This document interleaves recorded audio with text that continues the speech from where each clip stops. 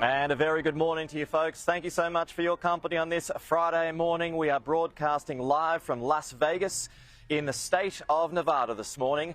Nevada being one of those 7 critical battleground states that both of the main contenders see paths to victory through. There are 6 electoral votes on the college up for grabs here, remembering 270 is that magic number to win. Historically, Nevada is an interesting one because it usually goes down to the wire, but for the last 4 straight elections, it's been carried by the Democrats. But might things be turning this time around? Could the Republicans pick it up for the first time since 2004?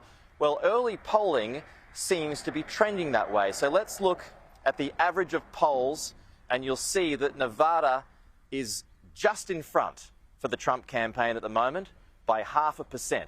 There it is there, according to RealClearPolitics.com, which is the average of averages. You know I like to refer to this one because it is the averages.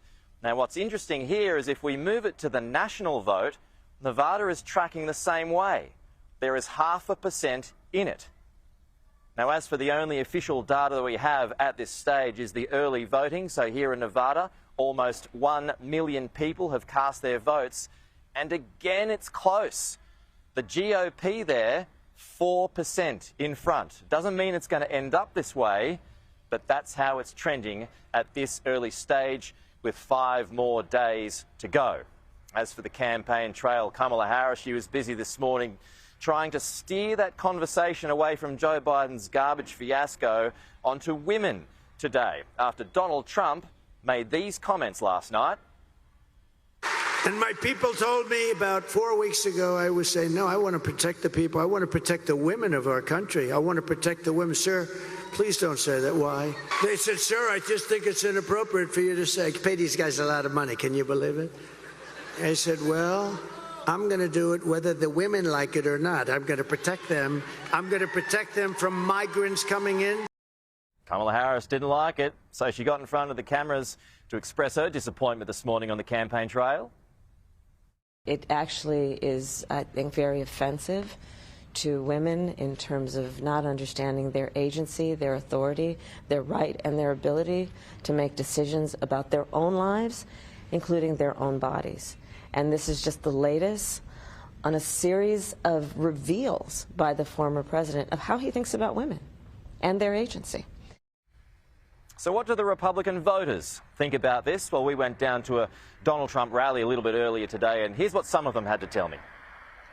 Everybody gets offended way too easy these days for everything, and that I'm aggravated about with everybody. It's like, you know, everybody has a right to speech, to say whatever they want, and people need to stop getting offended about everything. To put it bluntly, she should start in her own house. And if I were her, I wouldn't get any nannies. No. I think that's ridiculous. They're looking for reasons for people to be mad at him, and there's no reason to be. Now, the key issue, or the key issues from the voters I've been talking to here in Las Vegas today are housing, and it is cost of living, but migration is up there as well, because there are concerns about jobs that are being taken. And as things turn out, Donald Trump is on the campaign trail as we speak. He's in a nearby state in New Mexico. He's in Albuquerque, so he's live at the moment. Let's just take this. Off the ballot, and the people of Colorado were not happy about it, including Democrats. And we won 9-0 in the Supreme Court. That's what we had to do because of Colorado. And Colorado said, we're going to vote for Trump. That was their form of rebellion. So I hope you do that. I hope you vote for Trump. November 5th, 2024 will be Liberation Day in America. On day 1, I will launch the largest deportation program in American history. I will rescue every city and town that has been invaded and conquered. And we will put these vicious and bloodthirsty criminals in jail or kick them the hell out of our country and fast. To expedite removal of the Tren de Aragua and other savage gangs, I will invoke the Alien Enemies Act of, listen to this, 1798. That's an old one. You have to go back that far because as we've grown and grown, our politics and politicians have become weaker and weaker. Our laws don't mean anything. It's so bad what's happening to our country, and we're becoming a very unsafe country. But we're going to be a lot more unsafe when you realize that all of the criminals from every country in the world is being deposited right into our nation, and we're not going to take it. But we're using the Alien Enemies Act. Think of that. 1790, boy, that's a long time ago, to target and dismantle every migrant criminal network operating on American soil, and it gives tremendous authority to everybody to straighten out our country. We've got to have a country. We've got to have borders. We've got to have fair elections. We've got to have a free press. Look how many people are back there. They're just so many bad. They're so fake. So many of them, they're fake. They're fake. And if these monsters come back into our country, it's an automatic 10 years in jail with no possibility of parole. And I'm hereby calling for the death penalty for any migrant that kills an American citizen or law enforcement officer.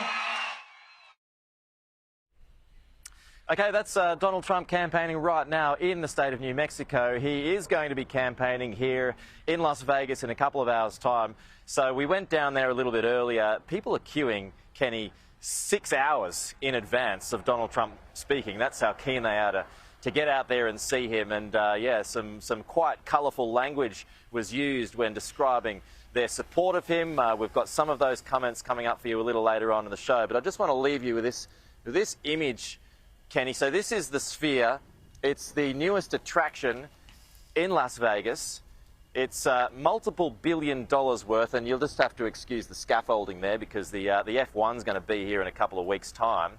But every couple of minutes, there is a Democrat campaign ad on that. We've got some pictures for you of how it looks in the night time because it's unfortunately hasn't timed out with this particular cross.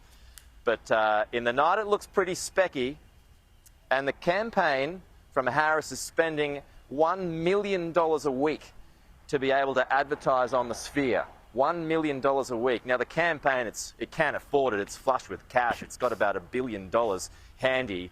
But, yeah, it's an absolutely incredible attraction to be here up close. But, yeah, just it's probably one of the biggest political ads of all time in so many ways, Kenny. Yeah, certainly, and a big difference at night as well. Pete, it's good to see you. We'll talk to you again soon, and there's just 5 days to go until US Election Day. So make sure you join us for live coverage all day next Wednesday. That's Australia time. Kieran Gilbert will host our coverage with Annalise Nielsen, Paul Murray, James Morrow, Laura Jays and Peter Stefanovic in key locations across the United States as all the results come in.